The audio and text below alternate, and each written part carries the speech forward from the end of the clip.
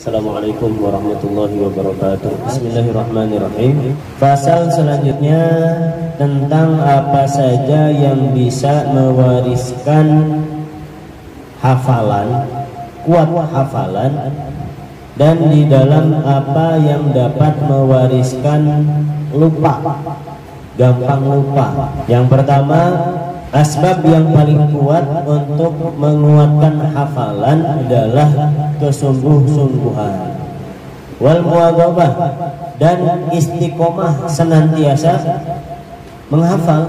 Kalau misalkan orang bilang kalau usia umurnya sudah tidak muda lagi akan susah katanya ngafalin. Iya, kalau dicampur dengan malas. Tapi kalau orang usianya sudah tua, sungguh-sungguh banget seperti anak muda, maka tidak menutup kemungkinan orang ini akan gampang atau cepat dan bisa menjadi hafidz Quran, ya. Jadi tergantung usaha. Sehingga musannif bisa menyampaikan usaha sungguh-sungguh adalah asbab yang paling kuat. Kemudian di antara sebab yang kuat menjadikan kita hafal adalah sedikit makan. Karena kalau kita sedikit makan, perut kita nggak begitu berat. Karena rentetannya, kalau perut penuh, mata akan menjadi ngantuk. Kalau udah ngantuk nggak ada semangat buat ngafal. Ngafalin sambil nunutan itu insya Allah keluar masuk hafalannya. Apalagi banyak keluarnya. Kemudian sholat malam dan membaca Al-Quran termasuk di antara sebab-sebab gampang hafal, membaca Al-Quran. Kemudian ada pendapat yang lain, tidak ada yang lebih memberikan kekuatan hafalan daripada membaca Al-Quran dengan melihat. Dan membaca Al-Quran dengan melihat ini lebih afdal. Ada sabda Nabi Shallallahu Alaihi Wasallam, afdalu a'mali ummati, amal umatku yang paling afdal adalah qiraatul Qur'ani nadharan, membaca Al-Quran sambil melihat. Kemudian ini juga tidak selamanya dianjurkan, terutama bagi antum para penghafal Al-Quran. Ya, bagi antum para penghafal Al-Quran, kalau sudah hafal, untuk menjaga hafalan itu memang lebih khusyuk, menggambarkan, menghadirkan hafalan kita, yaitu dengan ditutup Qurannya. Benar nggak? Baik. Kemudian di sini musannif menyebutkan ada satu kisah. Ra'a Shaddad bin Hakim ba'da ikhwanihi ba'da wafatihi fil manam.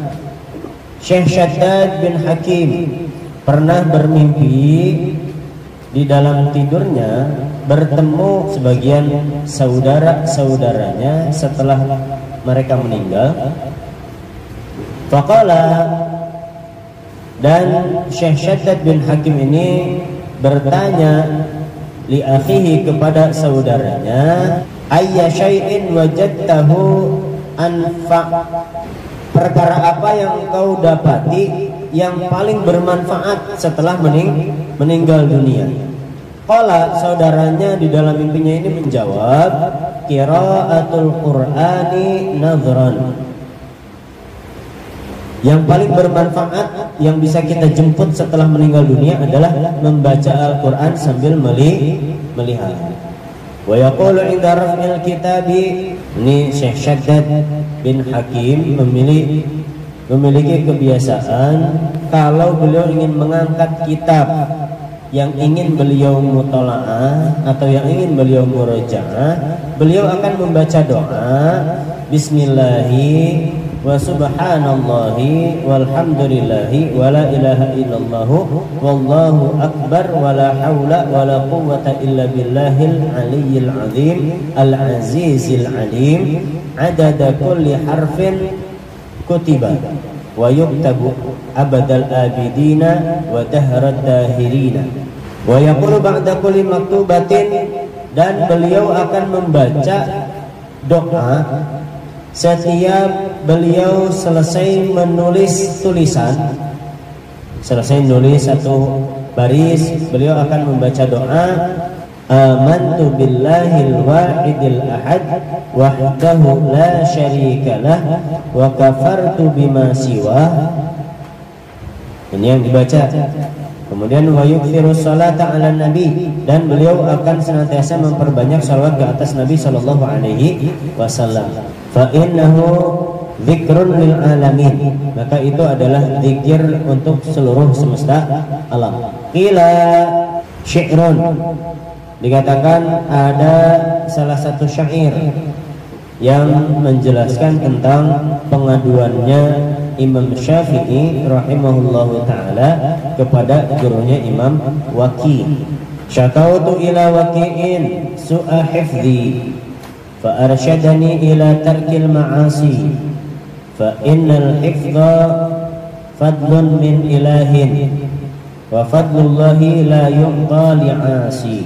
Aku mengadukan kepada Imam Waki tentang buruknya hafalanku, maka beliau menunjuki kepadaku untuk meninggalkan maksiat. Maka sesungguhnya hafalan itu adalah anugerah dari Allah Subhanahu wa ta'ala, dan anugerah Allah Subhanahu wa ta'ala tidak akan diberikan kepada para pendosa. Jadi kalau ingin gampang hafalin, ingin kuat hafalan, tinggalkan maksiat. Wasiwaku wa syurbul asali wa aklul kandari ma'as sukari. Memakai siwak,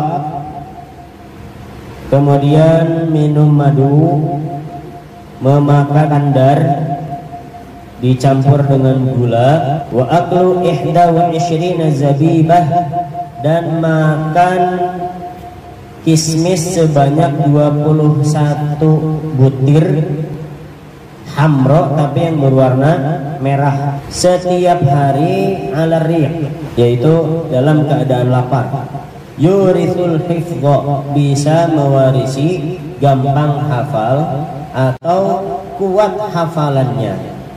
Makan 21 butir kismis merah bisa menyembuhkan banyak daripada macam penyakit. Wa kullu ma yuqallilul bulghum warutubati yazidu fil hifdhi, dan setiap apa saja benda, buah atau makanan yang bisa mengurangi daripada lendir di dalam mulut kita, rutubah atau dahak kita, ini bisa menambah kekuatan hafalan kita, terutama makanan-makanan atau buah-buahan yang kering. Kemudian wa kullu ma yazidu fil bulghum, dan sebaliknya setiap apa saja makanan, buah-buahan dan sebagainya yang bisa menambah atau memperbanyak lendir di mulut kita atau memperbanyak dahak kita, ini yurithun nisyana, bisa mewarisi gampang lupa.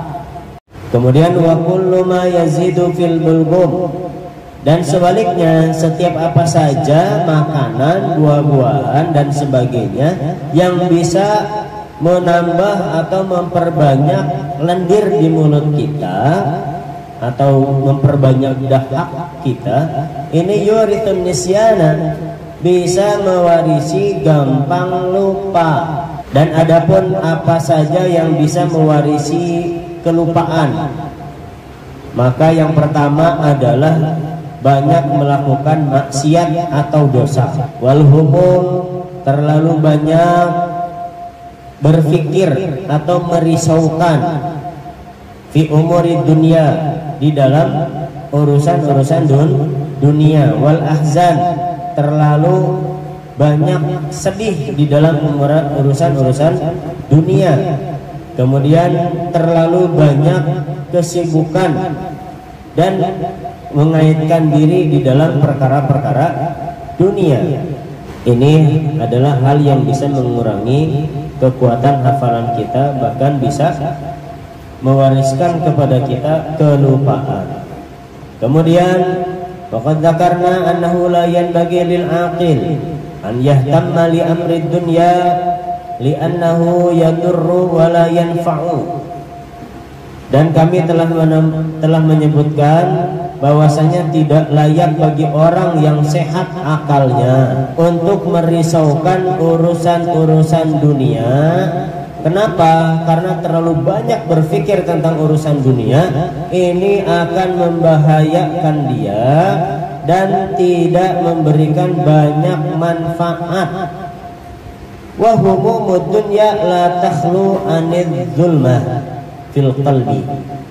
Dan merisaukan dunia tidak lepas dari kegelapan di dalam hati. Maksudnya adalah menjadikan hati kita ini gelap. Wa humumul akhirati la takhlu anin nuri fil qalbi. Dan sebaliknya, merisaukan nasib kita di akhirat tidak terlepas dari cahaya di dalam hati kita. Akan senantiasa hati kita terang benderang, gampang mendapatkan kebaikan dan menerima kebaikan, gampang menerima nasihat ketika kita banyak memikirkan akhirat. Bahkan wa yadharu atharuhu fi sholati, bahkan bisa nampak bekasnya di dalam salat kita. Kemudian fahammud dunya yamna'uhu anil khair wa hammul akhirati yahmiluhu alaihi. Maka risau kepada dunia ini menghalangi kita dari kebaikan-kebaikan, dan sebaliknya risau kepada akhirat ini bisa mendorong kita, membawa kita kepada kebaikan. Walishtighalu bis-salati 'alal khushu'i wa tahsilul 'ulumi yunfil ham wal huzn. Menyibukkan diri di dalam salat yang khusyuk, menyibukkan diri di dalam mencari ilmu, ini bisa menghilangkan kerisauan dan kesedihan terhadap dunia. Di dalam kitab-kitab yang lain, diantaranya perkataan Imam Syafi'i, kalau ingin kuat hafalan sering-sering banyak makan kacang-kacangan. Kemudian wa amma asbabun nisyanil ilmi, adapun sebab-sebab lupa ilmu, fa aklul kazbarah ar-rutbah, memakan buah kazbarah yang masih basah, wa tufahil hamid, serta makan apel asam, wa nadharu ilal maslubi, dan banyak memandang kepada salib, wa qira'atu lauhil qubur, banyak membaca batu nisan, ya, wa ilqaul kumalil hayy alal ardi, dan membuang kutu yang masih hidup ke atas tanah. Ini juga bisa mengurangi kuatnya ingatan kita. Kemudian wal hijamatu ala naqratil qafa, dan berhijamah, berbekam di sini nih, di tengah, bagian belakang, di tengah. Ini juga bisa mewarisi daripada kelupaan. Fatajannabuha kullaha, maka jauhilah semuanya. Maka semuanya itu yang disebutkan adalah perkara-perkara yang dapat mewarisi kelupaan kepada ingatan kita. Waradatil atharu fi kulliha, ini kata musannif banyak disebutkan di dalam athar semuanya. Wallahu a'lam bishawab.